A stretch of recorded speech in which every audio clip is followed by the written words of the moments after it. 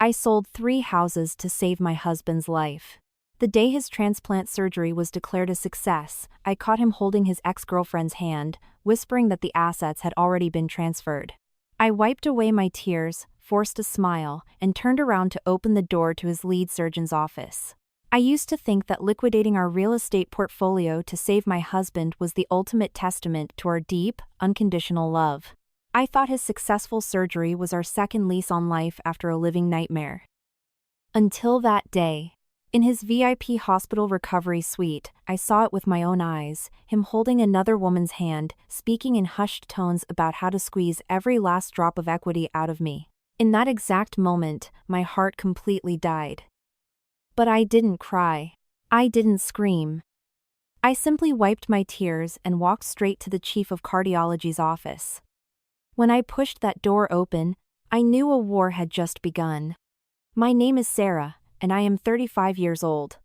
The man lying in that premium care suite, freshly pulled back from the brink of death, is my husband, Scott. A week ago, he suffered a massive myocardial infarction complicated by severe heart failure. The ER doctors were blunt. He needed an immediate heart transplant, or he wouldn't survive the weekend. The out-of-network surgeon fees, the cost of the procedure itself, and the lifetime supply of anti-rejection immunosuppressants amounted to an astronomical figure that our premium health insurance simply wouldn't fully cover. The out-of-pocket costs were staggering. We didn't have that kind of liquid cash. In our 7 years of marriage, we had run a small but respectable construction supply LLC. The business had its ups and downs, and we reinvested almost everything we made back into the company. Scott's parents were retired public school teachers living on a modest pension. My own parents had passed away years ago, leaving me without a safety net. The only assets we could liquidate quickly were the 3 properties in our name. One was our 4-bedroom house in the suburbs where we lived. Another was a condo we had bought in a top-tier public school district for our son, Leo. The last was a sleek downtown studio loft we rented out on Airbnb as an investment. Sell them. Sell all of them, I told the doctor, Scott's frantic mother, Carol, and his sister, Megan, without a second of hesitation. Sarah, that's everything you guys have, Carol said, gripping my hand, her eyes brimming with tears. Mom. Money can be earned back. If he's gone forever. My voice was calm, but my hands were shaking. Megan, her eyes red, patted my back. Sarah, this is so hard on you. When Scott wakes up and finds out what you did for him, he just has to wake up. He will. I interrupted her, my tone leaving no room for doubt. For the next few days, I was a woman possessed. I contacted real estate agents, sought out all cash buyers, and slashed the asking prices just to close escrow immediately. The suburban house and the condo had mortgages. After paying off the banks, the remaining equity barely covered the initial surgery deposits and the first phase of his post-op care.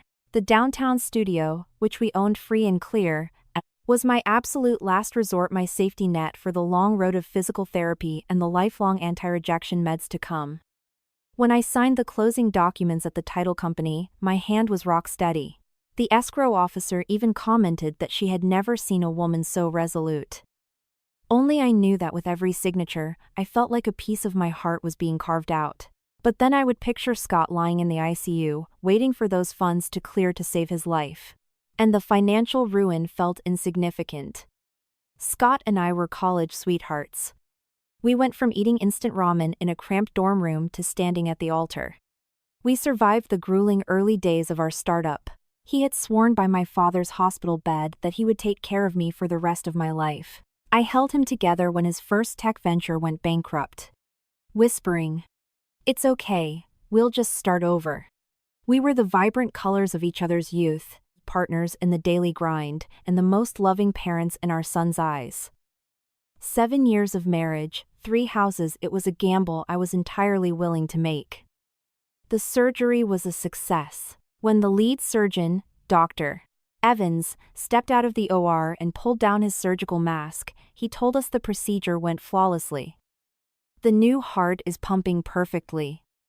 My mother-in-law nearly fainted on the spot.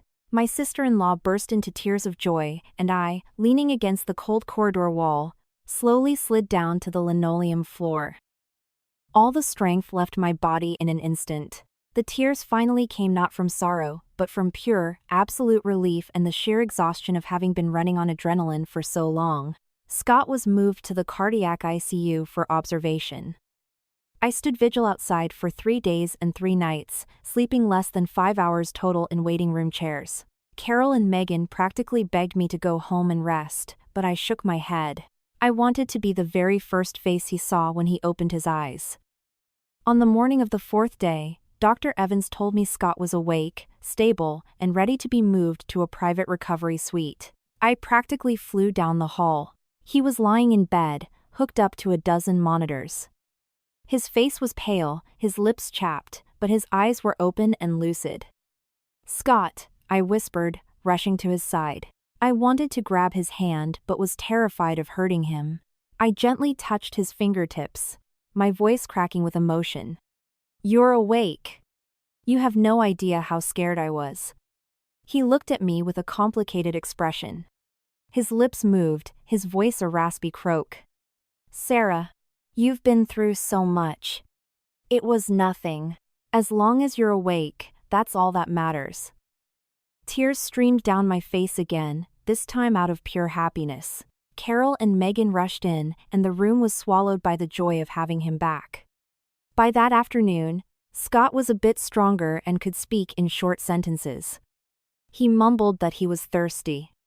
I immediately stood up to pour him some lukewarm water, carefully moistening his lips with a swab. Just then, there was a soft knock on the door. Thinking it was a nurse checking his vitals, I called out, "Come in." Without turning around, the door pushed open, and the scent of an expensive, familiar perfume filled the sterilized air. I instinctively looked back. A woman in an elegant, cream-colored cashmere dress, flawless makeup, and holding a massive bouquet of white lilies stood in the doorway with perfect posture. It was Jessica, Scott's college ex-girlfriend, the same one who had dumped him at his lowest point for a wealthy trust fund guy, and who I had heard was recently divorced. What the hell was she doing here? My fingers tightened around the plastic cup of water. Jessica's gaze completely bypassed me, locking straight onto Scott in the bed. Her eyes instantly welled up with tears. "Scott, I heard you were sick." "I was worried to death," she said, her voice trembling perfectly. She walked right past me, set the flowers on the nightstand as if she owned the place, and naturally took his hand, the one without the IV line. The gesture was so intimate, so rehearsed. Scott didn't pull his hand away. He looked at her, and a faint smile actually touched his pale lips. His voice was softer than I had heard it in years. "What are you doing here?" "I'm fine." My mother-in-law's face darkened. Megan frowned and gently tugged at my sleeve. I stood frozen, the lukewarm water in the cup suddenly feeling like it was burning my skin. Jessica finally seemed to notice I existed. She turned to me with a flawless, practiced smile. "Oh, Sarah. You're here too. It must have been so exhausting for you to take care of Scott." The way she said my name so sugary and patronizing felt like an acupuncture needle driven into my eardrum. I tried to return the smile, but my facial muscles felt paralyzed. "It's my duty. He's my husband." My voice sounded flat and dry, even to my own ears. Jessica just smirked. She turned back to Scott, leaning in uncomfortably close. She spoke softly, but just loud enough for the whole room to hear. "Scott, don't worry about a thing. Just focus on healing. I've already contacted the best luxury cardiac rehab facility in Malibu for you. Don't worry about your insurance deductibles or the costs. I'll take care of everything." Scott looked at her with an intensity I hadn't seen directed at me in a very long time. He let out a soft sigh. That sound was like an ice pick to my chest. I had sold everything we owned. I had backed myself into a corner of financial ruin just to buy him the right to be in that bed. And this woman, with a casual "don't worry about the costs," seemed to erase all my sacrifices and command his absolute, tender attention. Carol couldn't hold back. "Jessica," she said sharply, "we appreciate the gesture, but Scott has Sarah to take care of him. We are all here. There's no need for you to trouble yourself." Jessica stood up straight, tucking a strand of hair behind her ear, her smile still perfectly controlled. Mrs. Anderson, what are you saying? Scott and I have been close friends for years. How could I not help out now? Sarah must be drained. I have plenty of free time lately. I can pitch in. That won't be necessary. This time, I was the one who spoke. My voice was quiet, but laced with steel. I am perfectly capable of taking care of my own husband. The atmosphere in the room turned suffocatingly heavy. Jessica's smile faded slightly, and an unreadable, strange expression crossed her eyes as she looked at me. Scott suddenly frowned, feigning exhaustion, and closed his eyes. Megan quickly stepped in to defuse the bomb. Okay, Scott just woke up. He needs his rest. Jessica, thanks for stopping by. We appreciate it. But maybe you should head out. Jessica didn't push it. She nodded, gave Scott one last lingering, profound look, and whispered, "Rest up, Scott. I'll come back to see you soon." After she left, the room fell into an eerie silence. My mother-in-law sighed, wanting to say something, but held her tongue. Scott kept his eyes closed. I didn't know if he was actually asleep or just hiding. I stood there, the water in my hand now completely cold. I walked over and set the cup on the nightstand. The intense, cloying scent of the lilies was nauseating. I looked at Scott's peaceful profile while my mind spiraled.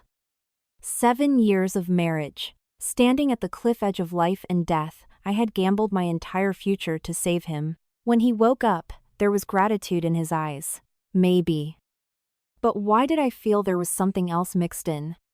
Something that made my heart race with deep anxiety? Jessica's arrival, his unusually tender reaction to her, it was like a boulder dropped into a calm pond, churning up my deepest insecurities. No, Sarah, don't overthink it, I told myself. He literally just came back from the dead. He's weak. Maybe he just didn't know how to react. Maybe he was just being polite to avoid a scene. I desperately tried to rationalize it, trying to crush the suspicion, growing in my gut like a weed. But some seeds, once they sprout, can never be buried again. I made up an excuse about getting fresh ice water and stepped out into the hallway. Near the nurse's station, I stopped and leaned against the cold drywall, taking deep breaths to fight the burning in my eyes. Don't cry, Sarah. Now is not the time. You're his wife, a mother, the backbone of this family. You have to hold it together. I rubbed my face and was about to head back when I heard hushed voices coming from the slightly ajar door of the stairwell. It was Carol and Megan. Mom. Did you see how Jessica was acting? Like she's still a little princess. Scott is a married man, and she's throwing herself at him. She has zero shame, Megan whispered indignantly. Carol's voice was lower, tinged with a grim pragmatism. Keep your voice down. Scott is right there. I told you years ago that woman was trouble. She looked down on Scott because he was broke. Then she ran off with that trust fund kid. And now that she's divorced and sees his business is doing well. Doing well? Megan interrupted. The business would have gone under if Sarah hadn't been keeping the books and holding it together. Sarah liquidated her real estate to save him, and the first thing he does when he wakes up is make hard eyes at that homewrecker. Can you imagine how Sarah must feel? And what are we supposed to do about how she feels? Carol's voice was heavy with exhaustion and a chilling resignation. Scott is in a fragile state. Sarah is the one holding the checkbook and the family together. Sometimes, as a wife, you just have to look the other way. As long as Scott's heart technically stays with this family. The blood in my veins turned to ice. Mom, how can you even think like that? That's so unfair to Sarah. Megan was appalled. What do you suggest then? March in there and start a screaming match? Scott just had his chest sawed open. Can he handle that kind of blood pressure spike?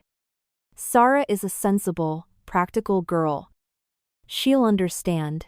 Her words were like a dull, rusty knife slowly carving out my heart. She'll understand. In my mother-in-law's eyes, my feelings, my trauma, and my financial ruin could be conveniently swept under the rug for the sake of her son's blood pressure and the illusion of a stable American family. My absolute sacrifice was not only expected, but it was to be taken for granted, repaid with the demand for my silent complicity. I clenched my fists, my manicured nails digging into my palms, the physical pain keeping me grounded. I didn't storm in to confront them. I simply turned around in silence and walked back to the room. Scott was awake, looking at his iPhone with a slight frown. When he saw me enter, he quickly locked the screen and tossed it aside. "Sarah. About Jessica. She just came to visit. It's nothing. Don't read too much into it." I walked over to his bedside, picked up an apple, and started peeling it with a paring knife, keeping my eyes down. My voice was dead calm. "I'm not. You being awake is the only thing that matters." The peel dropped into the trash. I looked up, smiled at him, and handed him a slice.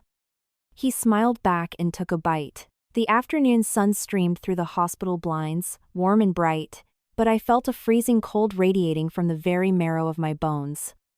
Scott recovered remarkably fast. The world-class care at the hospital and his naturally strong constitution worked wonders. In less than 2 weeks, he was able to get out of bed and walk the halls slowly. During that time, Jessica visited several more times, always bringing expensive artisanal bone broths or high-end nutritional supplements from Whole Foods. She wasn't as brazen as the first day. But every time she spoke to Scott, her gaze and tone carried an intimate frequency that boxed everyone else out. She reminisced about their frat parties and college tailgates, stories I had never been a part of, a past that belonged strictly to them. Scott would listen quietly, chiming in occasionally with a nostalgic smirk. Most of the time, I felt like the hired help, sitting quietly in the corner, answering emails or adjusting his pillows. Carol and Megan started visiting less. Carol claimed she had errands at home, and Megan said her kids were prepping for the SATs. I knew they were just avoiding the suffocating, awkward tension in the room. I was the only one who couldn't run. I was the legally bound, morally obligated wife. One afternoon, Jessica showed up again, this time with a thermos of imported, high-grade seafood soup. "Scott, try this.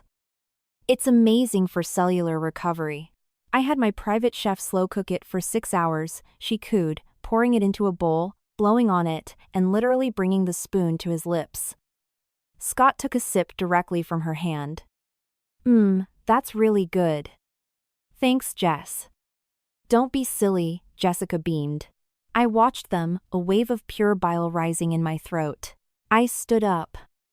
"I'm going to go find Dr. Evans to ask about tomorrow's lab results."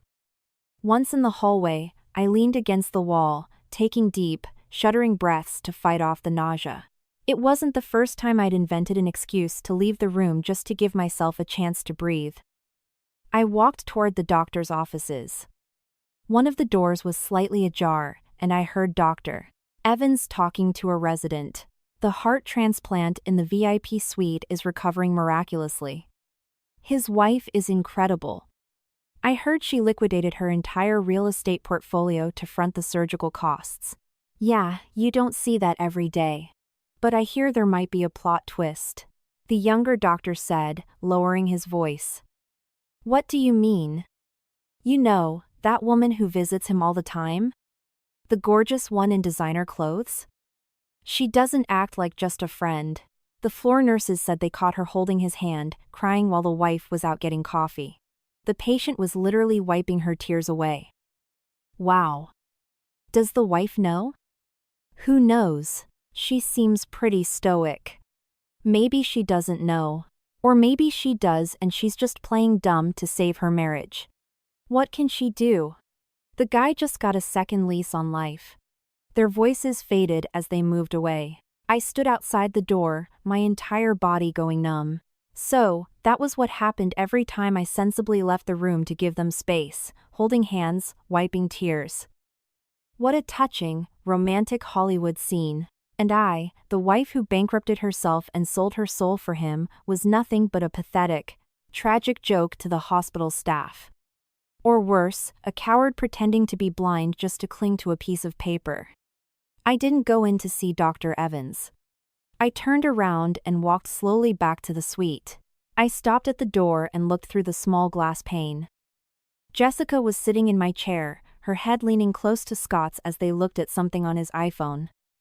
They were both laughing softly. Scott's thumb swiped gently across the screen.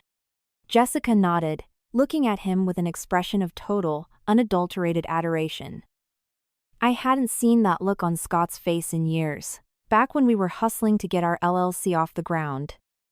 When I was by his side at every grueling client dinner, every networking mixer, every supply chain crisis, he used to look at me with gratitude, with reliance, with familial affection.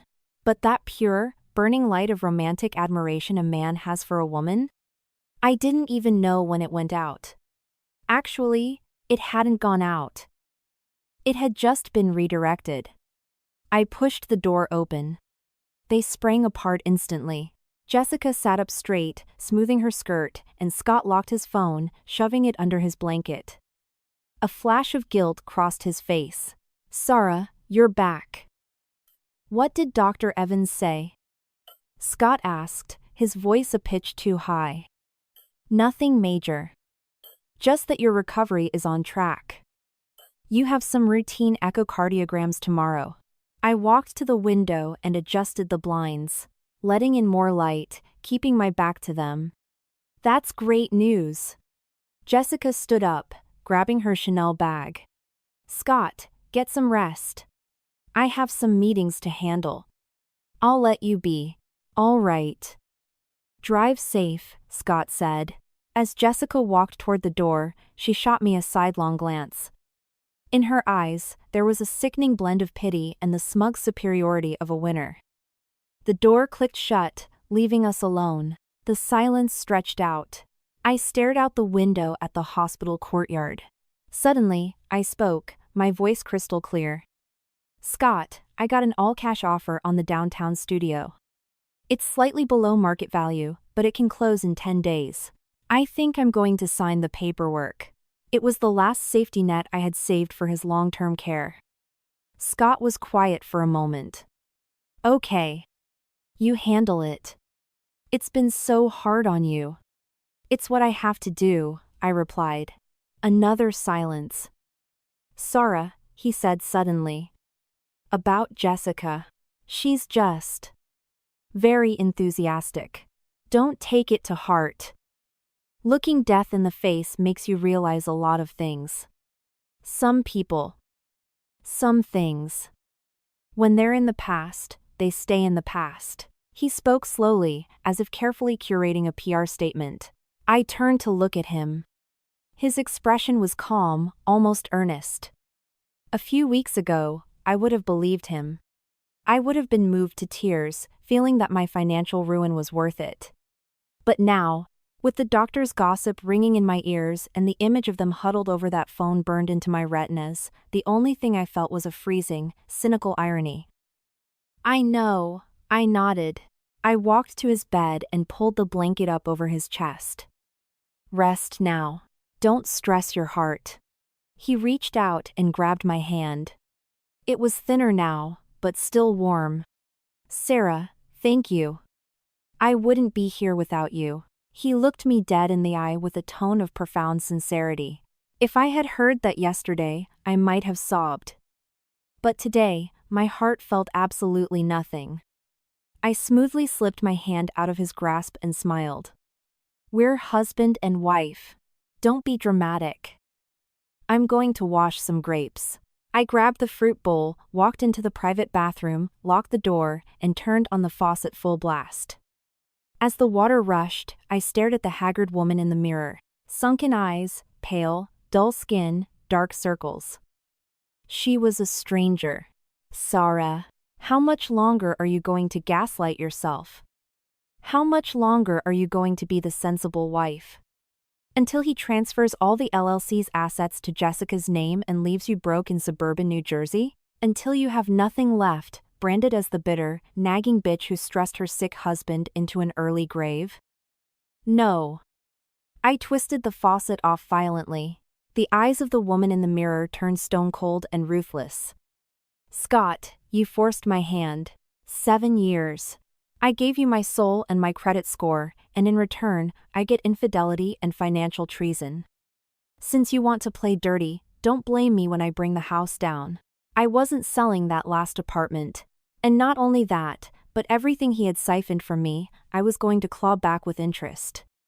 I dried my hands, fixed my posture, and walked out with the clean grapes. Scott, have some grapes, I said with a bright smile, feeding him with the same dutiful sweetness as always. He took one. These are really sweet, he noted. I smiled back. A flawless Oscar-worthy performance. From that day on, I continued playing the Stepford wife, but I became an apex predator of observation. I cataloged every micro-expression between Scott and Jessica. I noticed how his voice dropped an octave and how he shielded his phone screen when he took certain calls. I noticed the flash of a J on his lock screen from a secure messaging app like Telegram. One night, when the monitor showed he was in a deep REM sleep, I took his hand and used his thumbprint to unlock his iPhone. His iMessage was clean, just trivial. How are you feeling? Texts. But then I opened his banking app. A week before his massive heart attack, there was a wire transfer of $50,000 to an external account. The recipient name, Jessica Fang. The memo line read, "Loan repayment." A loan? What kind of American household wires $50,000 to an ex-girlfriend while the wife is frantically calling realtors to sell their home to pay for a life-saving surgery? I used my own phone to snap a picture of the transaction in the dark. Next, I opened his iCloud drive. Inside an encrypted folder cleverly labeled Q3 tax backups, I found several scanned PDFs. One was a commercial promissory note from a few months ago. Without my knowledge, he had leveraged one of our business's commercial warehouses as collateral for a $300,000 line of credit. That money had never hit our joint business accounts. Another document was a draft for an equity proxy agreement. It stated that an associate of his, a name I didn't recognize, would hold a 30% equity stake in a newly incorporated Delaware tech startup called Auroch on his behalf. The beneficiary name on the draft was redacted, but the initials at the bottom of the page were unmistakably J.F. Jessica Fang. The final document was a draft of a divorce settlement from a prominent downtown law firm. The terms were brutally inequitable. Any remaining real estate would go to him. Primary physical custody of our son, Leo, would go to him. It was designed to leave me with a mountain of marital debt and virtually nothing else. The date stamped on the PDF was from a month before his heart attack. Standing in the dim, fluorescent light of the hospital bathroom, phone trembling in my hand, I couldn't stop shaking. It wasn't sorrow, it was unadulterated rage. A freezing clarity washed over my brain. So, it had all started way before the heart failure. He had been consulting attorneys and legally orchestrating my financial execution from the very beginning. Even while I was running myself ragged fighting the insurance companies to save his life, he was illegally sheltering assets and plotting his happily ever after with Jessica. That $50,000 wasn't a loan repayment. It was probably the down payment for their new life. And that $300,000 was definitely the seed capital for the Auroch startup. And I, like an absolute clown, was still selling houses for him, praying for him, bleeding for him. I bit my lips so hard I tasted copper, just to keep from screaming. Don't panic, Sarah. If you confront him now, you have no legally binding proof. You'll just tip him off. You need to stay cold. You need an airtight paper trail. I logged out of the cloud, wiped the recent app history, and carefully placed his phone back on the nightstand exactly how I found it. Lying on the uncomfortable hospital cot, I stared at the ceiling tiles all night. A precise, surgical plan began to form in my mind. Scott, Jessica, you want your American dream built on the ashes of my life? You want to bleed me dry? I'm going to make you vomit up every single cent you've swallowed. Bones and all. Scott's discharge date was set for 3 days later. His mother called, ecstatic, saying she was prepping a massive welcome home potluck. Scott was in high spirits, texting Jessica even more frequently, though he still tried to be covert about it. The gleam in his eye and his restless anticipation gave him away. He probably thought the worst was over and his new, wealthy life was about to begin, a life funded by my selfless sacrifice and Jessica's care. In his eyes, I was already a used tissue, ready to be tossed in the garbage. A tissue that had conveniently folded itself. The day before his discharge, Jessica visited again. This time, she didn't bring soup. She brought a high-end designer shopping bag. "Scott, you're going home tomorrow. I bought you a new outfit so you can leave the hospital looking like $1,000,000. She handed him the bag with a sickeningly sweet smile. Scott took it and checked the label. It was an obscenely expensive Italian brand. He frowned slightly. "Jess, this is too much. Don't be ridiculous." "I like it when you look sharp," Jessica purred, giving him a look that could melt steel. I was busy packing his toiletries into a duffel bag, pretending to be deaf and blind. "Sarah," Jessica said, pivoting the conversation toward me with a tone hovering between bragging and provocation. "Look at this sweater, don't you think Scott will look incredibly handsome in it? This was always his favorite designer, but I know you guys couldn't really afford it before." I stood up, wiped my hands on a towel, and gave the dark gray cashmere sweater a superficial glance. I nodded. "Yes, it'll look great." "That's very thoughtful of you, Jessica." My deadpan, emotionless reaction seemed to throw her off. She paused, then plastered her smile back on. "Sarah, you must be exhausted from playing nurse all month. When Scott gets home tomorrow, you should really take a break. If you need money for a maid service, just let me know. I appreciate it." "But we're fine," I replied, keeping my tone perfectly neutral. Jessica seemed to lose interest. After exchanging a few more hushed words with Scott, she clicked away on her stilettos. When she was gone, Scott held up the sweater.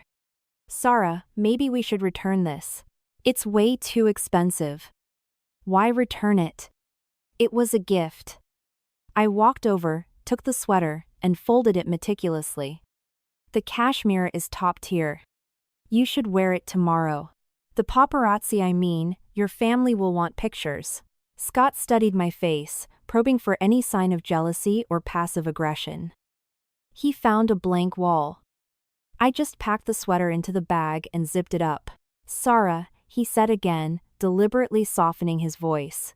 "When I get home, I'm still going to need you to run the company and manage the household.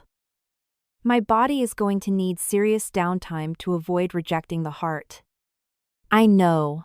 You just focus on your meds and your physical therapy," I replied, not looking up. He hesitated, choosing his words. "About Jessica. I know she can be a lot, but she means well. She's just a blunt person. If she says something out of line, don't let it get to you. We've been married a long time. Our bond isn't something anyone can just break." My hand stopped midair for a fraction of a second. "Our bond. Now you want to leverage our bond?" The audacity was so thick I could choke on it. I turned around, managing to construct a gentle smile. "I understand, Scott. You just had major open-heart surgery. You can't be stressed. Don't worry, I won't hold anything against her." My generosity visibly relieved him. He nodded and went back to scrolling on his phone.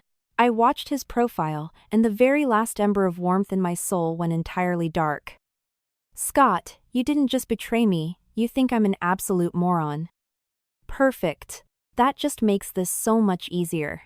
I won't feel an ounce of guilt when I drop the guillotine." The next day, Scott was formally discharged. Just as planned, he wore Jessica's cashmere sweater under the heavy peacoat I brought him. And yes, he looked much better.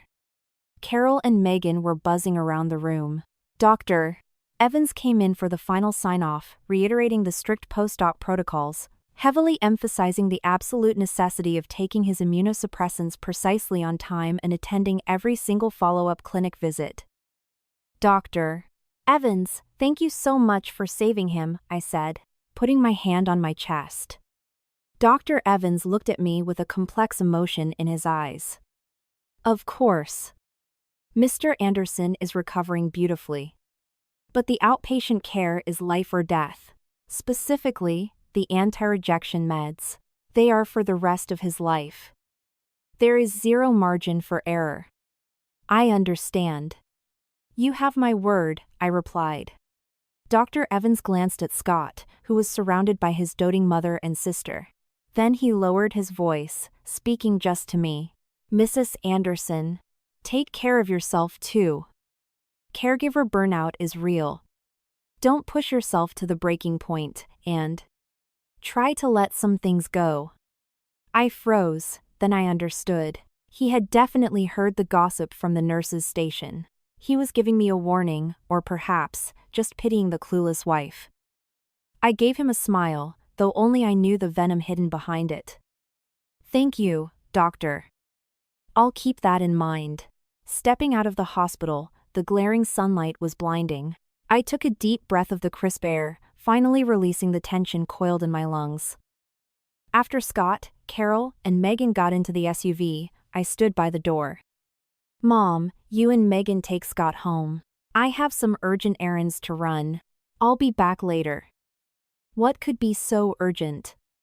Carol asked, annoyed. It's regarding the title company for the condo sale.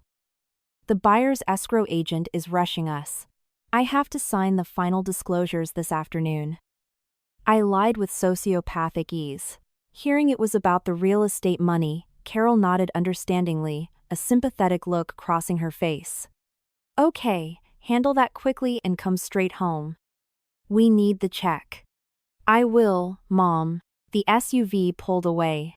I stood on the sidewalk until it disappeared into the suburban traffic. Then I turned on my heel and marched right back into the hospital. I wasn't going to a title company, and I wasn't going home. I took the elevator straight back up to the cardiology wing. I stopped in front of Dr. Evans's office and knocked firmly. Come in. His authoritative voice called out. I pushed the door open. He was at his computer, dictating patient charts. He looked up, surprised. Mrs. Anderson? Did you forget something, or is Scott experiencing symptoms? I closed the door behind me until it clicked shut, and I sat in the leather chair across from his desk. I sat up perfectly straight, hands folded in my lap, projecting absolute composure. Dr. Evans, I'm not here about my husband's immediate health. I looked him dead in the eye and enunciated every word. I am here to ask you a specific, hypothetical question regarding immunosuppressant protocols. Dr. Evans adjusted his glasses. I believe we covered this extensively in the discharge packet. Timely dosages, regular blood work, monitoring for signs of acute rejection. It's non-negotiable. I know it's non-negotiable, I nodded, leaning forward slightly and dropping my voice. Which is exactly why I want to ask hypothetically. What would happen if a heart transplant patient, during recovery, abruptly stopped taking his tacrolimus or deliberately altered the dosage? Dr. Evans's brow furrowed instantly, his demeanor shifting from polite to fiercely clinical. Mrs. Anderson, what are you insinuating? You must ensure he takes his medication exactly as prescribed. Stopping or tapering the dosage without supervision is catastrophic. It triggers acute cellular rejection, leading to rapid organ failure and, inevitably, death. Death. The word echoed like a church bell in my skull, but my face remained an impassive mask. I even managed a slight, unsettling smile. Doctor, please don't misunderstand me. I softened my tone, trying to sound like a terrified, helpless wife. I am not going to withhold his medication. I just need to understand. If he refused to take it, or if someone else gave him the wrong dosage to frame an accident. What are the legal and medical consequences? How fast would his body shut down? What are the exact symptoms, Doctor? Evans stared at me. The confusion in his eyes morphed into intense scrutiny, and then, a spark of genuine alarm. The air in the office grew heavy. He leaned back in his chair, interlacing his fingers. His voice dropped to a grave baritone. Mrs. Anderson, what exactly are you trying to say? He was a smart man. He realized my questions had crossed the line from anxious caregiver to legal liability. He sensed the danger. I held his gaze without blinking. Dr. Evans, I want to make a deal with you. A deal? His frown deepened. I opened my designer tote bag, pulled out a thick manila envelope, and slid it across his mahogany desk. Inside are hard copies, proving that my husband has been illegally transferring marital assets prior to and during his hospitalization, alongside drafted divorce papers designed to leave me destitute the moment his physical therapy is complete. Dr. Evans's expression shifted, but he didn't touch the envelope. Go on. I know that as a licensed medical professional, you are bound by the Hippocratic Oath and hospital liability protocols. I am not asking you to commit malpractice. Quite the opposite. I need your professional authority and intervention to guarantee that my husband receives the most aggressive, strictly documented, and standard of care medical supervision possible. I emphasized, strictly documented. He got it immediately. I wasn't asking him to harm Scott. I was asking him to lock Scott into a medically enforced straitjacket. Any attempt Scott made to tamper with his own meds or exploit medical loopholes to frame me would be blocked by aggressive, undeniable medical supervision. All you need to do is, whenever required, exercise your authority as his lead physician. For example, explicitly documenting that he must adhere to his regimen or face fatal consequences. Mandating frequent, recorded blood draws. And keeping meticulous, legally defensible medical records of every interaction. My logic was airtight. In exchange, I paused, pulling two specific sheets of paper from the envelope. One was the deed to the downtown studio. The other was a notarized letter of intent to make a massive philanthropic donation to the hospital's pediatric cardiology research endowment specifically under Dr. Evans's name. This loft is the last asset I have left after liquidating my life to pay for his heart. The equity is significant. It is entirely legal, highly publicized philanthropy that will bring your department massive prestige and grant funding. I watched his pupils dilate slightly. Or, I added softly, if your foundation prefers liquidity, I can liquidate it and wire the cash equivalent directly to a research program of your choice. I paused, letting the weight of the money settle in the room. And I guarantee you that this conversation, the true motive behind this endowment, and the existence of these divorce documents will remain strictly protected under attorney-client privilege and out of the public eye. A suffocating silence filled the office. Dr. Evans's fingers tapped rhythmically against the desk. His eyes darted between my face and the foundation paperwork. He was calculating the risk-to-reward ratio. Ethics versus ambition. Legal liability versus a massive grant that could fund his trials for a decade.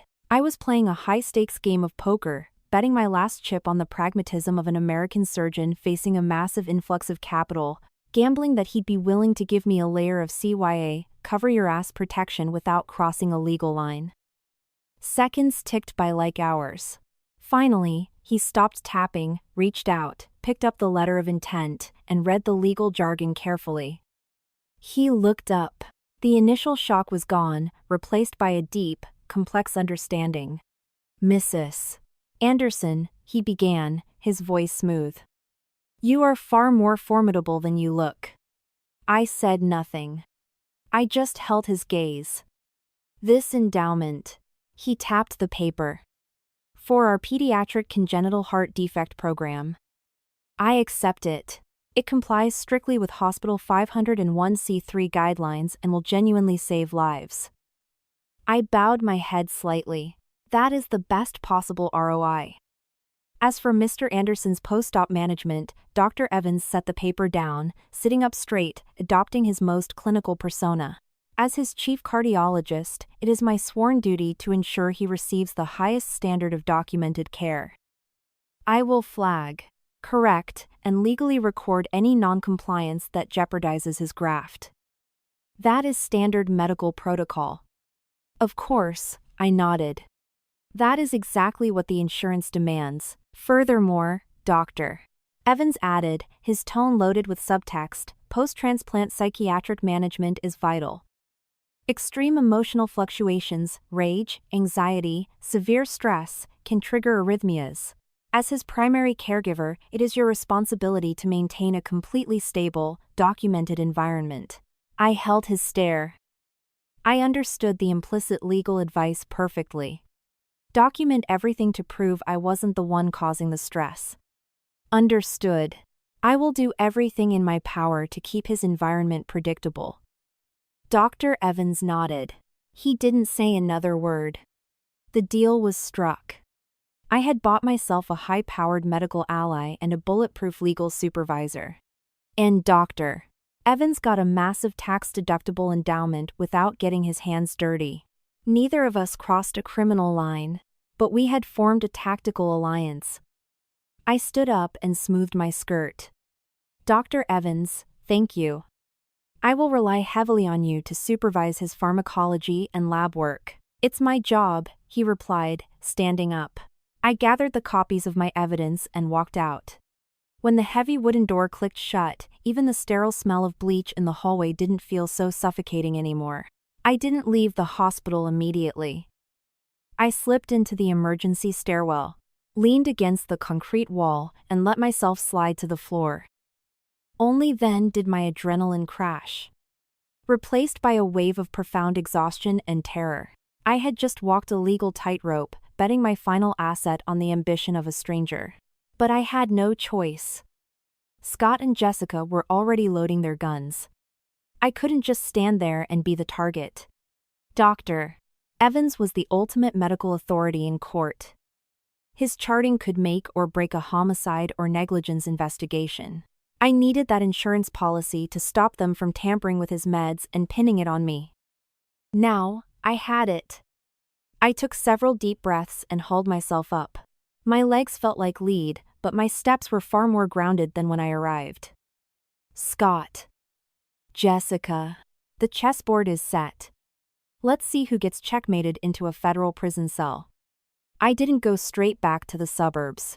I hailed an Uber to a downtown Starbucks, ordered a quad-shot Americano, and sat in the corner to organize my files. The bitter espresso kept my brain firing. 7 years of the American dream flashed before my eyes like a sped-up movie. The innocent frat house romance, the struggle to get our LLC off the ground, the joy of bringing Leo home from the maternity ward, and the slow, insidious distance that grew as our tax bracket changed. I used to think our vows meant something. Now I knew that even a legally binding contract was just toilet paper when faced with greed and a shiny new affair. When did the shift happen?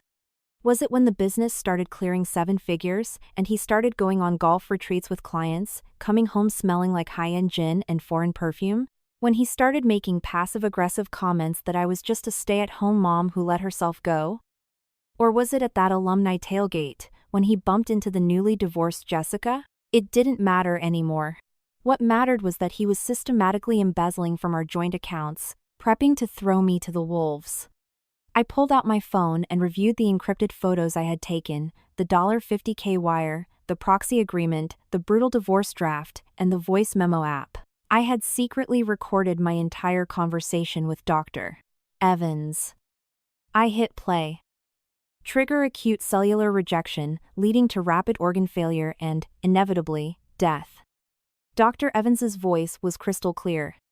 Dr. Evans, I want to make a deal with you. My own voice sounded like a stranger's. The recording captured everything: the hospital donation, the agreement for strict oversight. Good. Coupled with the financial documents, I finally had leverage. But it wasn't enough for a judge in an equitable distribution state. Where did that $300K commercial loan go? How far along were Jessica and Scott in their corporate restructuring? I needed concrete proof of their fraud, and I had to strike when they felt arrogant and untouchable. I finished my coffee, threw away the cup, and stepped out into the crisp evening air. I took a commuter train back to the suburbs. To the house we had sold, the house we were only renting back temporarily before the new buyers moved in. I unlocked the front door.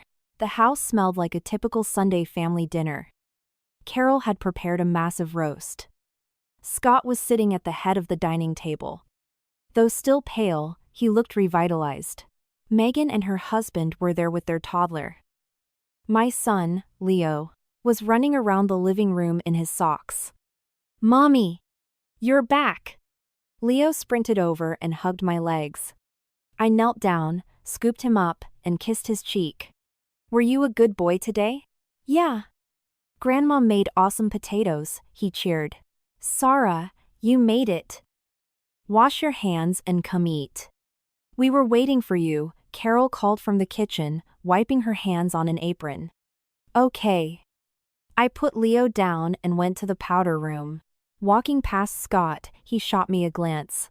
"Did the title company paperwork go through?" he asked casually. "Yeah, practically done. Just waiting on escrow to release the funds," I lied flawlessly, my face an impenetrable mask. He nodded, asked nothing else, and went back to talking NFL stats with my brother-in-law. The vibe at the dinner table was a picture-perfect Norman Rockwell painting. Carol constantly piled food onto Scott's plate. Megan cheered him on. Scott was quiet but wore a satisfied smirk. I ate my salad in silence, cutting Leo's meat, playing the role of the ultimate suburban wife. Only I knew the tectonic plates shifting beneath this fake domestic bliss.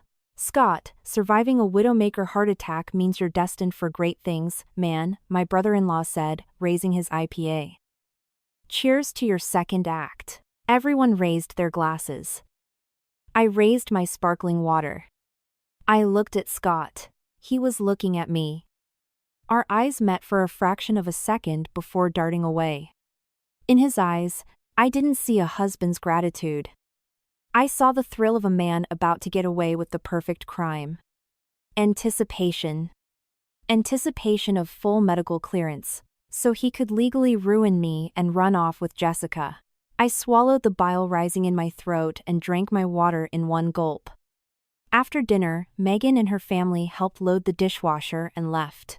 Carol stayed in the living room with Scott, nagging him about his pills. I took Leo upstairs, gave him a bath, and read him a bedtime story.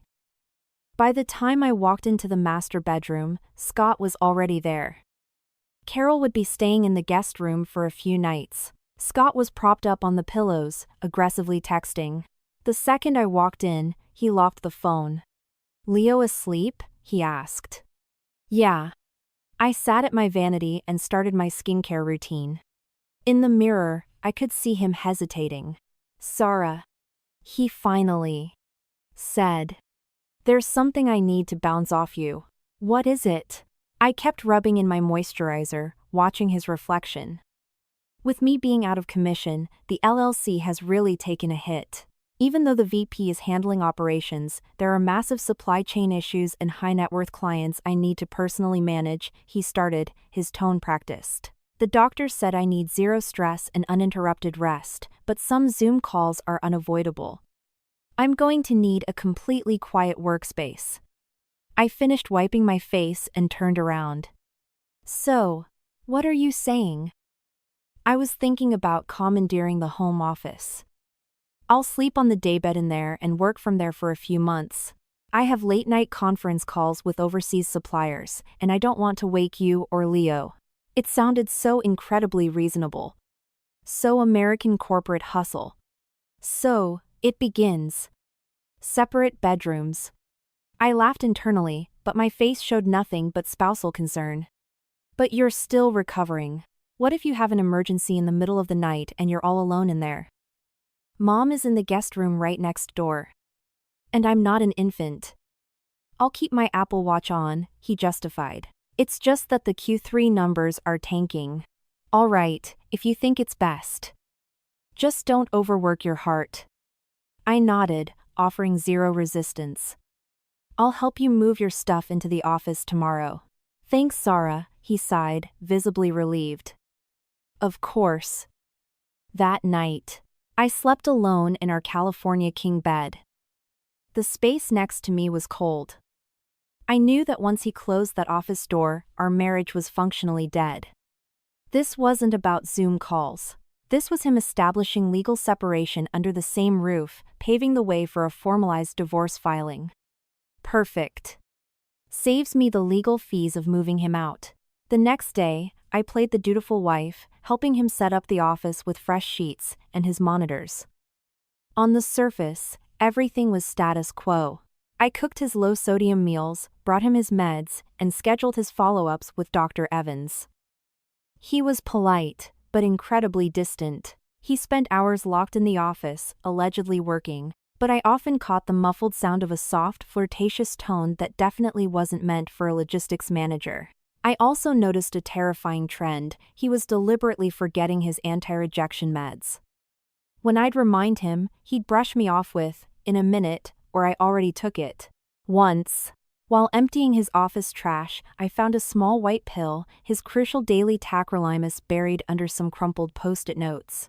My heart stalled. He was intentionally tampering with his blood serum levels. He was trying to induce a mild rejection episode or an accident to build a medical narrative that I was a negligent caregiver. I discreetly photographed the pill in the trash and left it there. That afternoon, I conveniently tripped and spilled a glass of ice water all over his desk, soaking some low-level invoices. He snapped at me. I apologized profusely, playing the flustered housewife, and while I helped him wipe it up, I subtly pushed his pill organizers right to the front of his desk, directly under his monitor where he couldn't hide them. Then, right in front of him, I pulled out my phone, called Dr. Evans, and put it on speaker.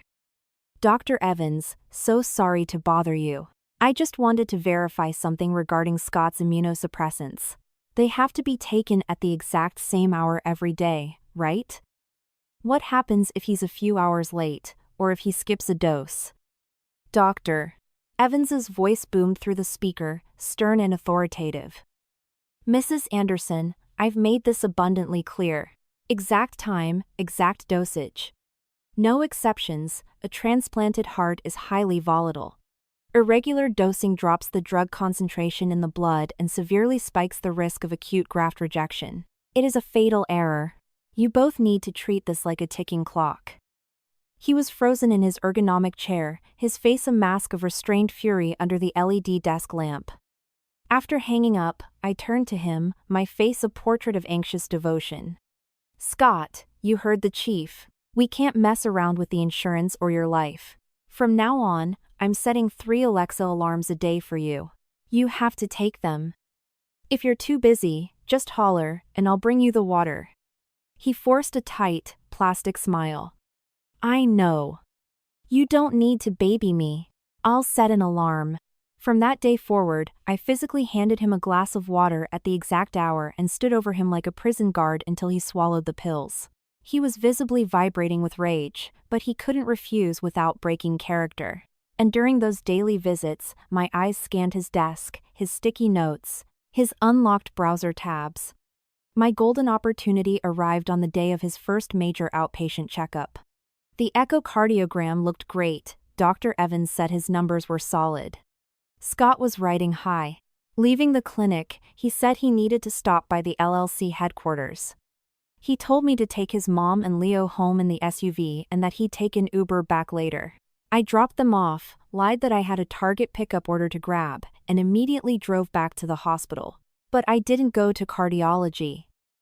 I marched straight to the psychiatry department, demanded an urgent walk-in appointment, and sat down with a clinical psychiatrist. "Doctor, I'm experiencing severe insomnia. I'm up all night pacing. During the day, I have heart palpitations, brain fog, and I keep forgetting basic things. I can't stop crying for no reason. I think the stress of my husband's transplant has given me a nervous breakdown." The doctor ran through a diagnostic questionnaire and immediately ordered a psych evaluation, prescribing me a low-dose SSRI and some mild sleeping pills for caregiver PTSD.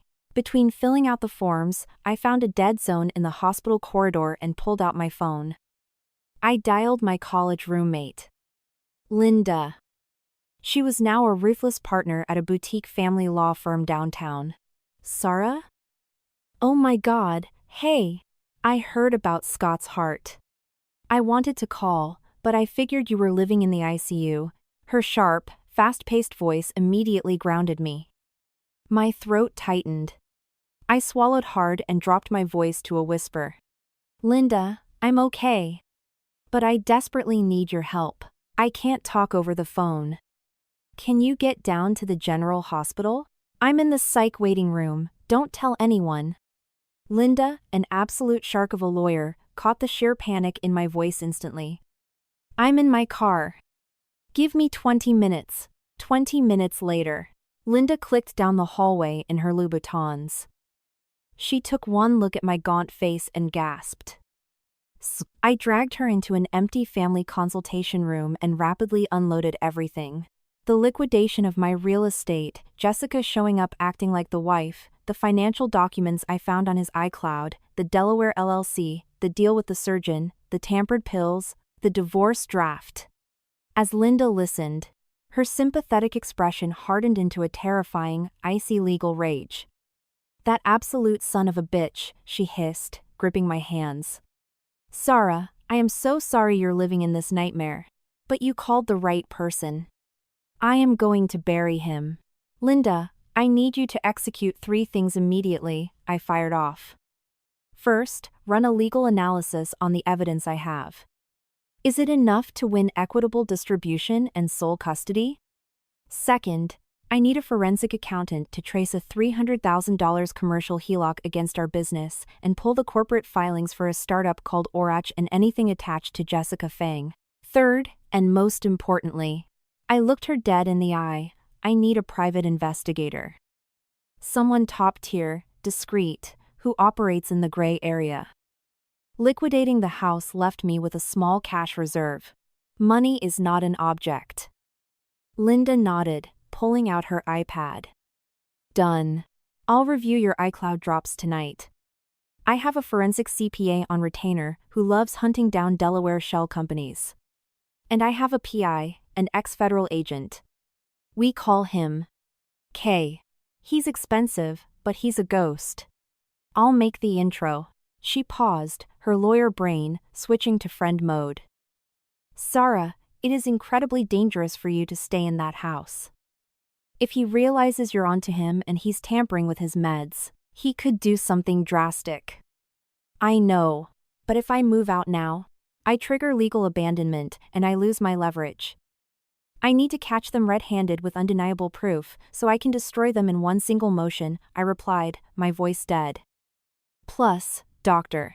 Evans is legally covering my ass on the medical front. Scott won't dare pull a stunt with his meds right now. I'm playing defense for me and Leo. Linda looked at me with a mix of awe and terror. You are terrifying, Sarah. Remember, attorney-client privilege starts now. You are not alone in this. Thanks, Linda. My eyes finally glossed over with tears. Having a high-powered ally in my darkest hour melted a tiny fraction of the ice in my chest. After Linda left, I picked up my psychiatric prescriptions. Exactly as planned, I now had documented medical proof of severe emotional distress caused by the trauma, providing me a perfect alibi and shielding me from any accusations that I was in a sound state of mind to plot against him. I drove back to the suburban house I could no longer call home. Scott wasn't back yet. His mother was watching Bluey with Leo. I went straight to the master bedroom, locked the door, and dug an old iPhone 8 out of the back of my closet. No SIM card, purely operating on secure Wi-Fi. It was my new burner. Using the contact info Linda securely messaged me, I added the PI on Telegram. His username was just K. He accepted and sent a single period. I typed, referred by Linda the attorney. I need a comprehensive background and surveillance op. K replied, understood. Voice or text? Text. 2 targets. My husband, Scott Anderson, and a woman named Jessica Fang. I need a full digital and physical footprint. Movements, texts, financial wires, shell company filings. Focus heavily on a Delaware LLC called Orach and the routing of a $300K commercial loan. Timeline, January of last year to present. K took a minute to type back. Targets have a high-income footprint. OP requires multi-layered surveillance, physical tails, cyber tracing, forensic accounting. Difficulty, high. Retainer estimate, $10,000, $15,000 depending on encryption levels. 30% upfront wire. 30% midway. Final payment upon delivery of courtroom admissible evidence. All methods strictly comply with federal wiretap laws. I'll send a secure DocuSign. Payment via crypto or offshore wire. The price was steep, almost half of my emergency cash reserve. I didn't hesitate. Agreed. Send the link. Retainer received. Surveillance goes live in 24 hours. One more thing, I typed. Put a rush on this, I need actionable leverage as soon as possible. Understand? Rush fee is a 20% premium. Copy. I deleted the chat, powered down the burner, and hid it inside a hollowed-out book. Sitting on the edge of the bed, a dark thrill shot through my veins. Scott, Jessica, you've been playing chess in the dark. Now I own the board. Let's see who the pawn really is. Kay's efficiency was terrifying. On the third day, he dropped a secure, self-destructing AWS link to my burner. The dossier made my blood run cold, but it finally gave me the missing puzzle pieces. First, Kay's forensic accountant tracked the $300,000 loan. Scott had pulled the equity from our business, funneled it through an LLC registered in Wyoming called Rio Consulting, and dumped it directly into the seed funding account for Orach Tech. The CEO on paper was a ghost, but Kay proved the IP addresses managing the accounts belonged to Jessica's cousin. Scott had literally used our marital assets to launder seed capital for his mistress's fake tech startup. Second, the surveillance. Kay provided time-stamped photos of Scott and Jessica. Their rendezvous point was a high-end wellness spa in the next county and a luxury condo leased in Jessica's name.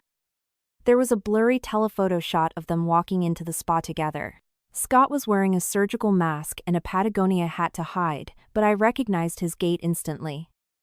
They were communicating via Signal, an encrypted app. Kay couldn't break the encryption, but the metadata showed they were texting hundreds of times a day. Lastly, Jessica's background. Her divorce from the trust fund guy had left her with a decent alimony payout, but her lifestyle was absurdly expensive, and she had blown most of her cash on failed crypto investments. She was functionally broke. The timeline of her rekindling her romance with Scott perfectly aligned with her credit cards maxing out. The Orach startup was nothing but a vaporware pitch deck designed to siphon Scott's money into her pockets. I read the brief, closed the link, and factory reset the burner phone. The narrative was crystal clear. This wasn't an affair, it was an organized financial heist. I was the mark. For the next week, I played my role impeccably. I cooked, I cleaned, I monitored his meds with annoying persistence. I never brought up his 1-4-hour days locked in the home office. His mother eventually flew back to Florida, leaving just the three of us in the house. Without his mother around, Scott got sloppy.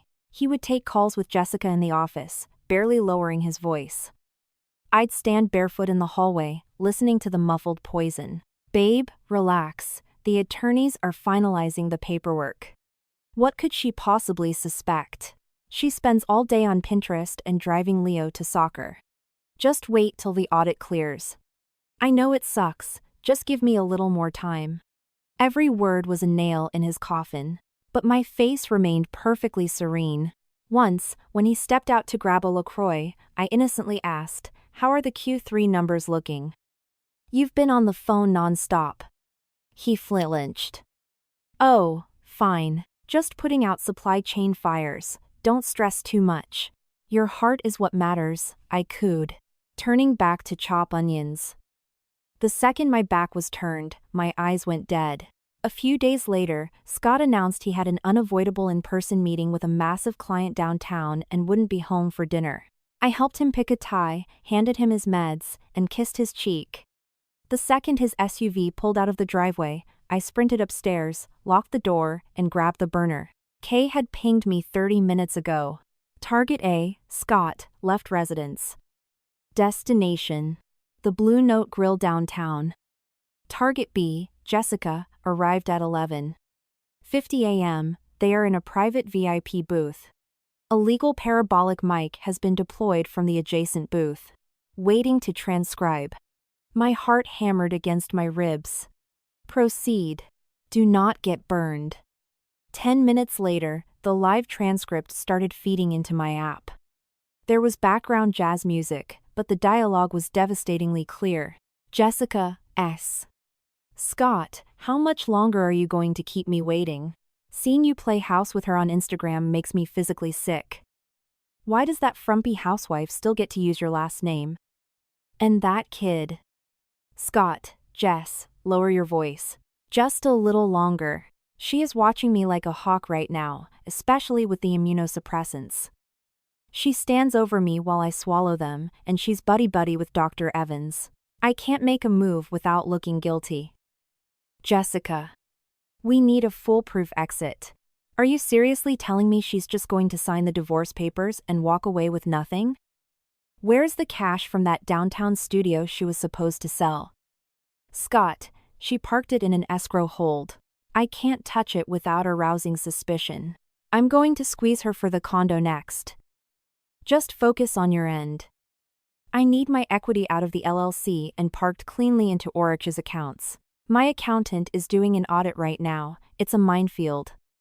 Jessica, voice rising. I don't care. Scott, I gave you my best years, and I'm drowning in Amex debt waiting for you. I am not your permanent side piece. You serve her those papers by next month, and you move the funds, or I swear to God, I will blow this whole thing up. I'll tell everyone how you wired me the money, how you forged the commercial loan, and how you were planning to accidentally skip your meds, so she'd take the fall for negligence. We will both go down. Sound of a scuffle. Scott, why? Are you out of your F***ing mind? You don't say that out loud. Jessica, then act like a man. Scott, fine. Next month. I'll handle the cash. Just make sure the Delaware accounts are clean. The feed cut out. I dropped the phone on the duvet. My entire body was vibrating with a cold, terrifying adrenaline. Planning to accidentally skip your meds so she'd take the fall for negligence. They had actually planned it. A literal plot to frame me for manslaughter or criminal medical negligence. That's why he was hiding the tacrolimus in the trash. If I hadn't gone to Dr. Evans, if I hadn't forced him to take the pills in front of me, I would be facing felony charges while he played the victim. They didn't just want my equity. They wanted my freedom. They wanted to destroy my life entirely. Okay, perfect. Scott, Jessica. You just severed the very last shred of humanity I reserved for you. I picked up the phone. K. Isolate the audio of that threat. That is the smoking gun. Keep trailing them. I want eyes on that Delaware audit. Copy, Kay replied. I paced the bedroom, hyperventilating slightly. Stay cold, Sarah. You need the audio cleaned up for court. I needed to prep for the fallout. I opened my MacBook and started blasting my resume to high-end interior design firms. I couldn't touch the studio money yet, but I needed a verifiable W-2 income to secure custody of Leo. That night, Scott came home late, reeking of expensive scotch. You've been drinking, I said, catching him as he stumbled in the foyer. Dr. Evans said absolutely zero alcohol with your liver enzymes. He shoved me off. It was one Macallan. Client dinner. I know my limits. He locked himself in the office. My eyes turned to ice. You know your limits? Your limit is conspiring to frame the mother of your child for a felony. The next day was Saturday. Surprisingly, Scott emerged from his cave and announced he was taking Leo to Dave and Buster's for a boys' day. Leo was ecstatic. I looked at Scott and smiled. That sounds great. You two need bonding time. I actually have a Zoom catch-up with an old college sorority sister, so I'll stay here. Relief washed over Scott's face. He assumed I was just doing typical housewife things, giving him the perfect alibi to play super dad while probably texting Jessica. Let him build his false narrative. As soon as they left, I drove downtown to a high-end tea house. Linda had arranged a clandestine meeting with her firm's senior partner, Mr. Davis, a ruthless veteran of high-net-worth divorce litigation. Mr. Davis was in his 50s, wearing a sharp Tom Ford suit and gold-rimmed glasses. I handed him the printed dossiers from Kay and played the cleaned-up audio file on an iPad. He listened in absolute silence, flipping through the Wyoming LLC filings. Finally, he took off his glasses. Mrs. Anderson, this exceeds standard infidelity and asset dissipation. This borders on criminal conspiracy and wire fraud.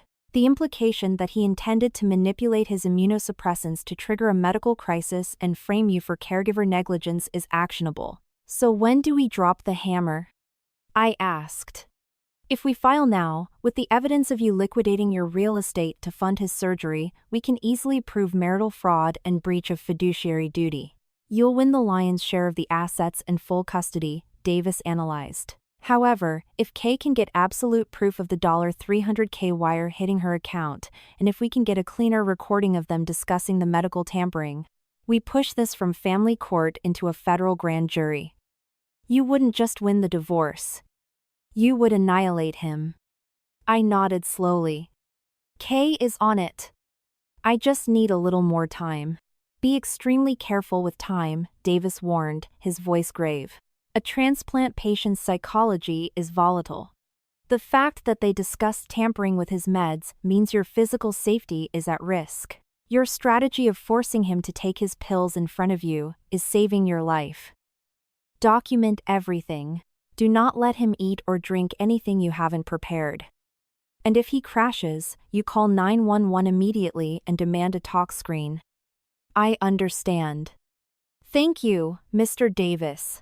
Linda is drafting the petition as we speak. We work on contingency for cases this airtight, he added with a shark-like smile. I left the tea house feeling like I was wearing Kevlar.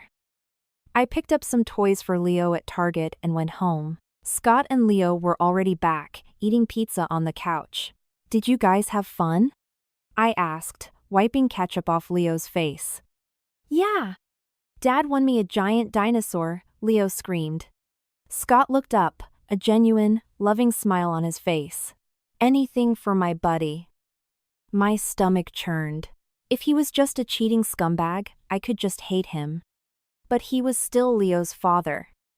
This war was going to traumatize my son. The only thing I could do was ensure Leo had one parent who wasn't a sociopath. That night in bed, Scott turned to me. Sarah, next weekend is our college alumni reunion at the Lakeview Lodge upstate. A bunch of my old frat brothers want to see me post-surgery. You should come. Lakeview Lodge. Jessica would absolutely be there. They wanted to parade their secret romance in my face, or build an alibi of a happy family in front of witnesses before he dropped the divorce papers. I feigned hesitation. A frat reunion? I don't know, it's going to be wild. And what about Leo? We'll bring Leo. It's family-friendly during the day. It'll be a nice weekend getaway, Scott insisted, leaving no room for argument. I looked into his eyes. I couldn't read them. Okay. Sounds fun. Let's see what kind of rope you're going to hang yourself with. The Lakeview Lodge was a massive, rustic chic resort in the mountains. Scott drove his SUV. I sat in the back with Leo, my posture stiff, mentally inventorying the contents of my Prada tote bag, divorce files, Leo's iPad, my SSRIs, Scott's tacrolimus, in a locked pill case, a high-capacity power bank, and the burner phone hidden in a tampon box. When we pulled up to the valet, the reunion organizer, a boisterous guy named Tom, greeted us. Scott! Brother! You look incredible for a guy who just got a new engine. He hugged Scott, then turned to me. Sarah, you are a saint. We all heard you sold your properties to fund the surgery. Absolute legend.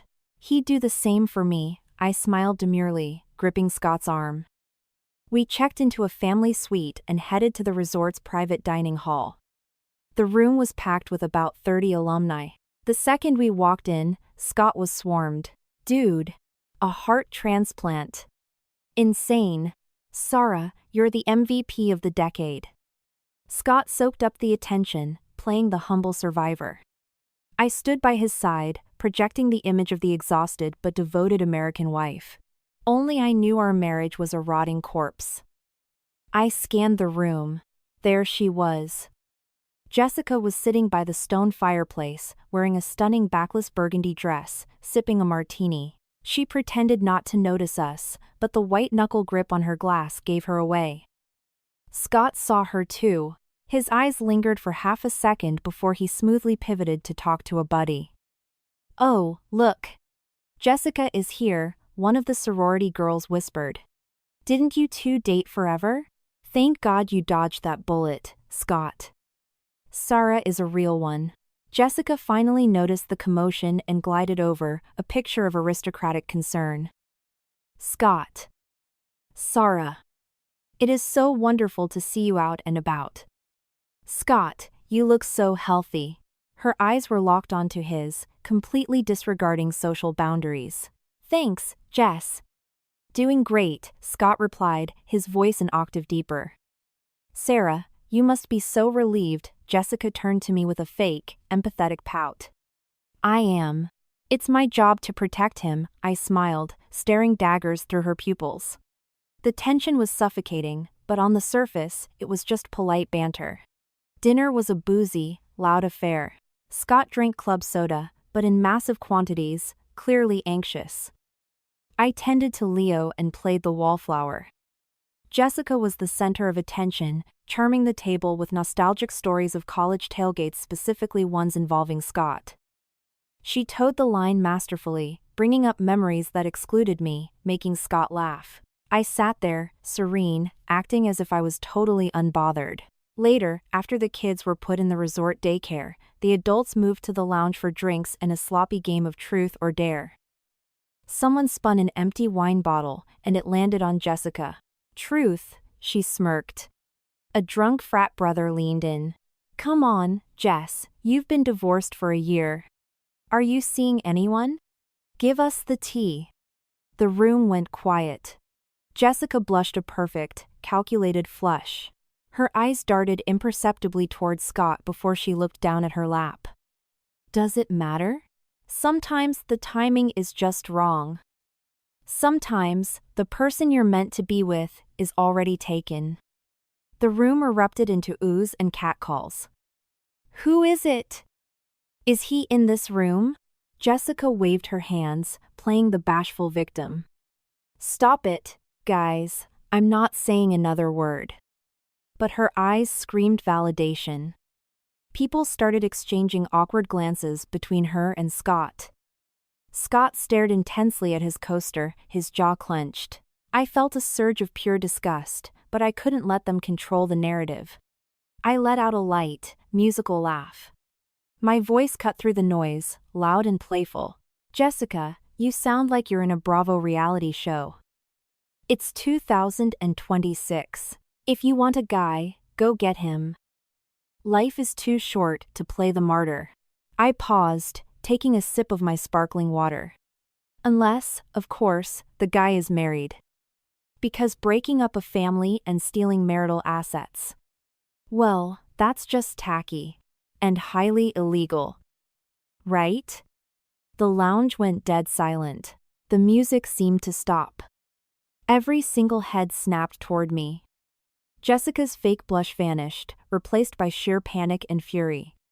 Scott's head whipped up, his eyes wide with shock and a silent threat. I just smiled back, my face the picture of innocent suburban obliviousness. Yeah. Absolutely. Sarah's right. Let's keep it classy, people." Tom jumped in, desperately spinning the bottle to kill the tension. The game continued, but the vibe was entirely dead. Jessica didn't say another word. Scott was visibly sweating. After an hour, Scott mumbled that he was fatigued and heading to the room. I said I was going to pick Leo up from the daycare. I watched Scott walk toward the elevator banks. He didn't go to our floor. I knew exactly what he was doing damage control with his mistress. I grabbed Leo and headed to our suite. I put Leo to bed, locked the door, and pulled out my burner phone. Kay had messaged me. "Targets are moving to the outdoor patio by the lake.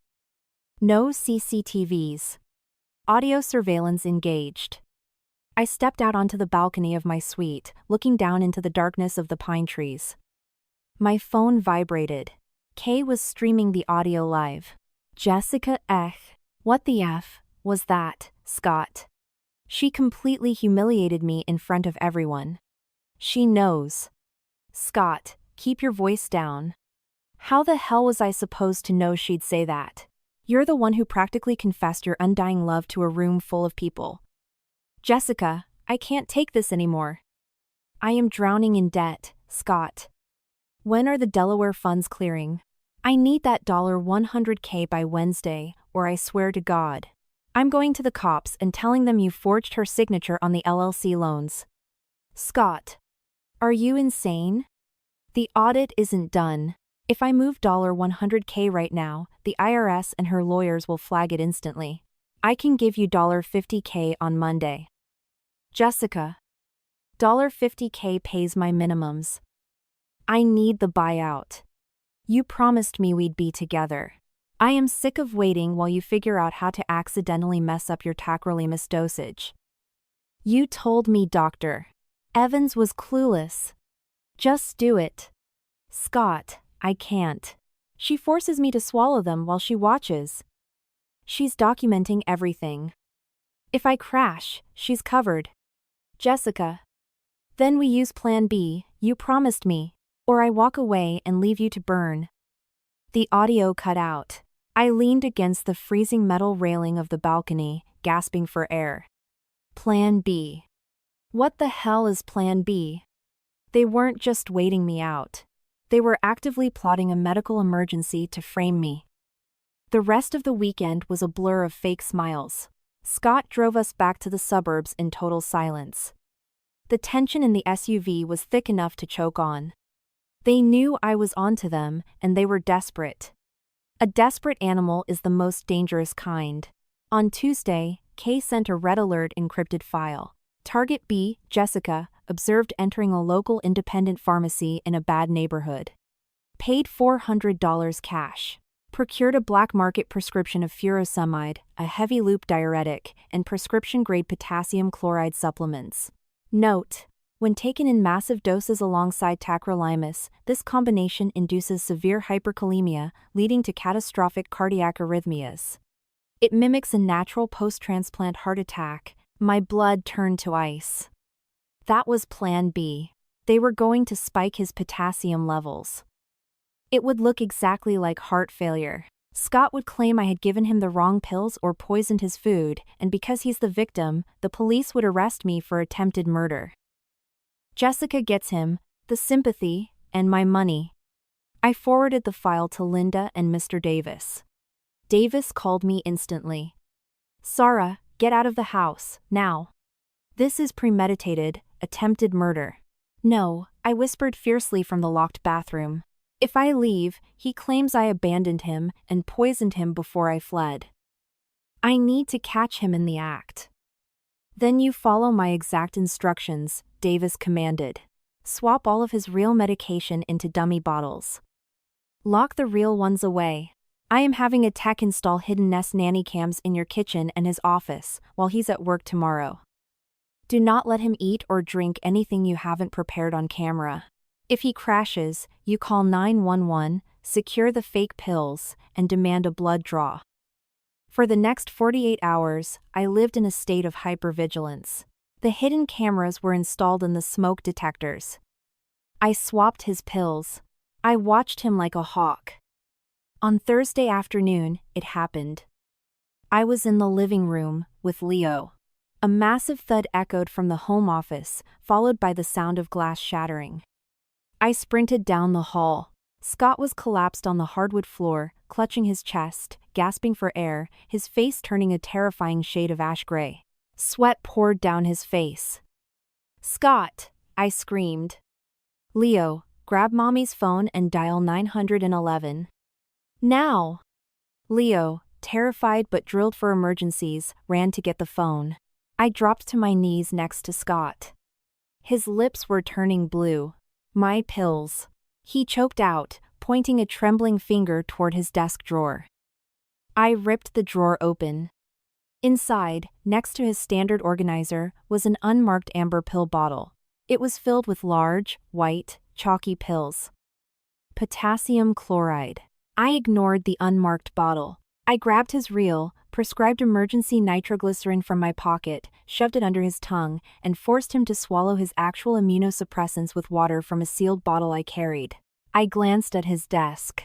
His laptop was open to his offshore banking portal. Next to it was a half-empty glass of water with a white powdery residue at the bottom. He had dissolved the potassium in the water. The paramedics kicked the door open 3 minutes later. I rattled off his medical history, his surgeon's name, and his current vitals with military precision. They loaded him onto a stretcher, strapping an oxygen mask to his face. "Mommy," Leo sobbed, clinging to my leg.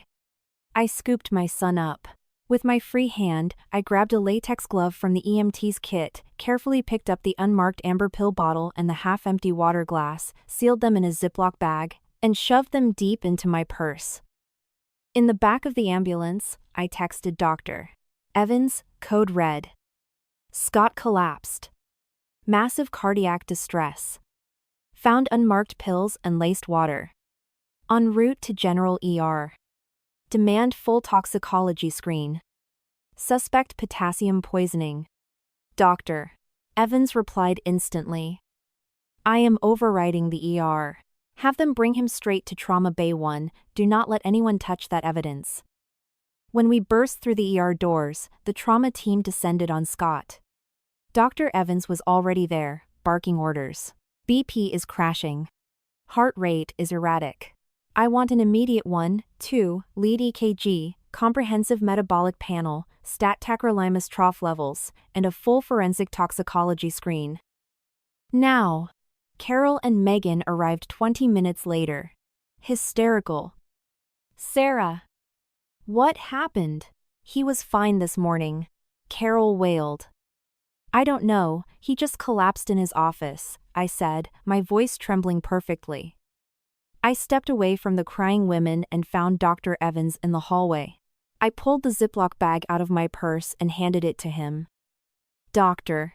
I found this unmarked bottle in his desk drawer, along with this laced water glass. I didn't give him this. Dr. Evans inspected the white pills through the plastic. His face hardened into granite. These look like high-dose potassium supplements. If he took these with his diuretics. It's lethal. Sarah, you saved his life by not giving him these. The ER attending rushed over holding an iPad. Dr. Evans, labs are back. His serum potassium is 7.1. It's critical hyperkalemia.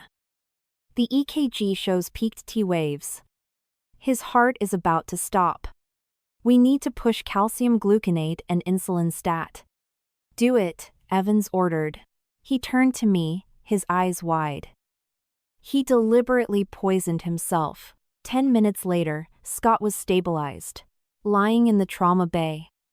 Exhausted and terrified. The meds had brought him back from the edge of cardiac arrest. Dr. Evans, holding the clipboard, walked into the room. I followed, along with Carol and Megan. Scott, Dr. Evans said, his voice echoing like a judge reading a sentence. Did you ingest anything today besides your prescribed medication? Any supplements? Any powders? Scott's eyes darted around the room. He looked at me, then at his mother. No. Nothing. Just what Sarah gave me. Are you absolutely certain? Dr. Evans pressed, holding up the lab printout. Because your blood potassium levels are lethally high. Someone gave you a massive overdose of potassium. Hearing the word lethal, Scott's face went paper white. He panicked. The narrative was slipping. I felt bloated. I asked Sarah for a diuretic. She gave me some pills. I took what she gave me. That's a lie. Megan gasped. Doctor.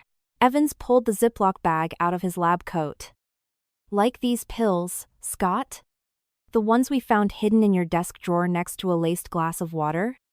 Scott stared at the bag. His pupils dilated in sheer terror.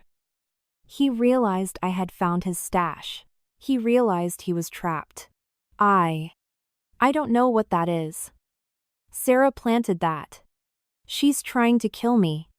She wants the insurance money. He screamed, the heart monitors beeping wildly. The accusation hung in the sterile ER air. Carol looked at me, horror dawning in her eyes.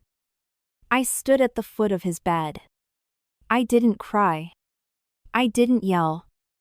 I felt an absolute, terrifying calm. The curtain was falling on the final act. Scott, I said, my voice dropping the temperature in the room by 10 degrees. You are lying in a trauma bay, fresh off a heart transplant, and you are trying to frame me for attempted murder in front of your family and the chief of cardiology. I reached into my Prada bag and pulled out my iPhone. Do you really want to stick to that story? I asked smoothly. Scott hesitated, swallowing hard. You poisoned me. Shut up, Scott. Megan screamed. She sold her houses for you. Why would she kill you? Because she hates me, he yelled back. No, I don't hate you, I interrupted, stepping forward. But I do have receipts. I hit play on the audio file, the volume turned all the way up. The voices of Scott and Jessica echoed off the hospital tiles. I am sick of waiting while you figure out how to accidentally mess up your tacrolimus dosage. Then we use Plan B. You promised me. The audio played their entire conspiracy.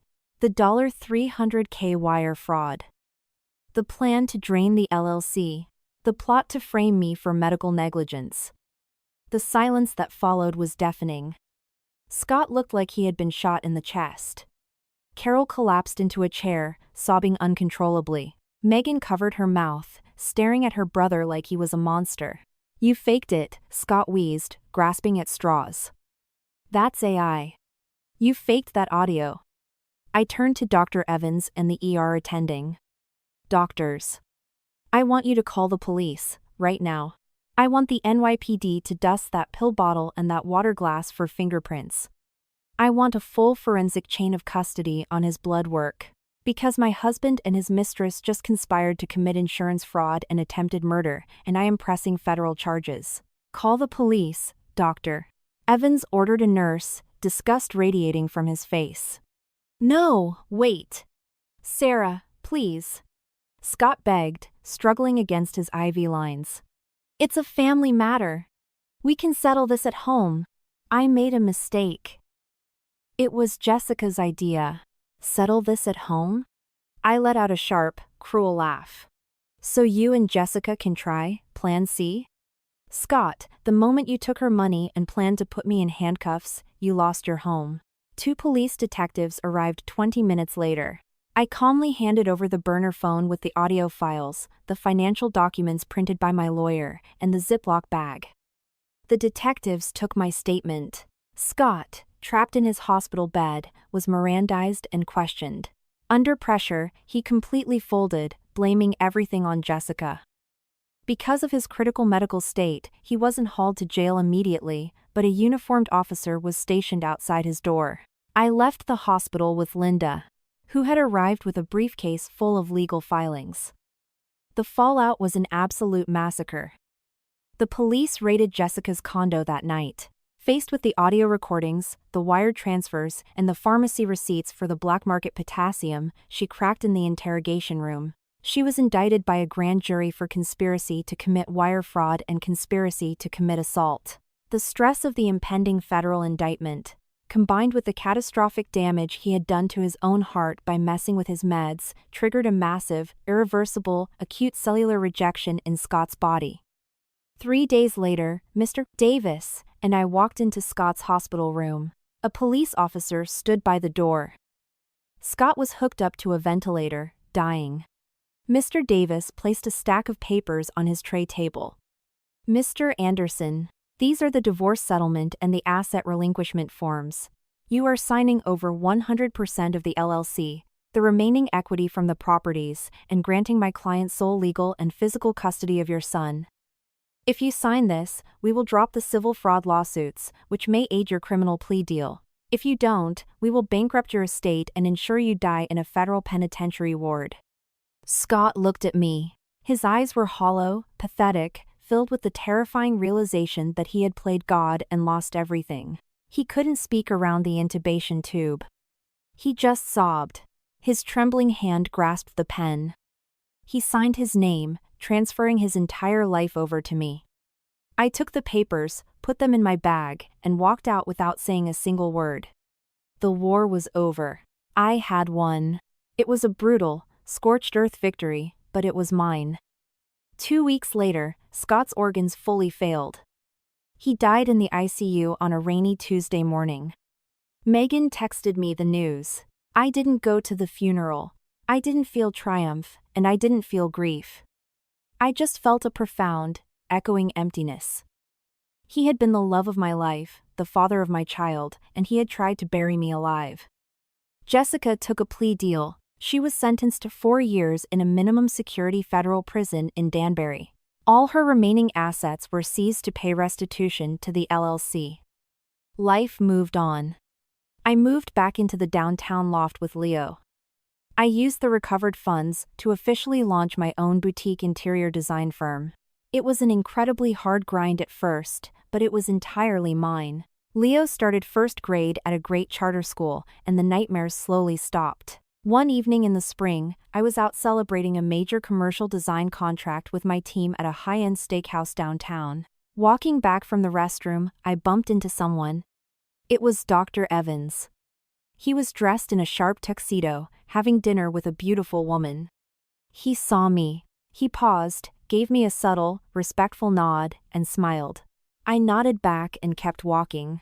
We were two strangers who had crossed a dark, treacherous river in the same boat, making a silent pact to survive. Now, we were safely on opposite shores, and that was exactly how it should be. Driving home, a song played on the radio about the American dream. I used to believe in it. The house, the husband, the unconditionally safe harbor. I learned the hard way that sometimes the harbor is rigged with dynamite, and the person holding your hand is the one holding the detonator. But I didn't need a harbor anymore. I had become my own fortress. My phone buzzed. A text from Leo's teacher. Leo helped a new student find his way to class today. He is such a kind boy. I smiled. Stopped at a red light, I looked at my reflection in the rearview mirror. The woman looking back at me was no longer the exhausted, broken housewife from a year ago. She had scars, but her eyes were fierce. This wasn't the life I had planned, but it was a life I had fought for. A life rebuilt from the ashes of a nightmare. The light turned green. I pressed the gas and drove toward the warm glow of the city skyline, where my son was waiting for me. The darkest night of my life was over. I was my own light now.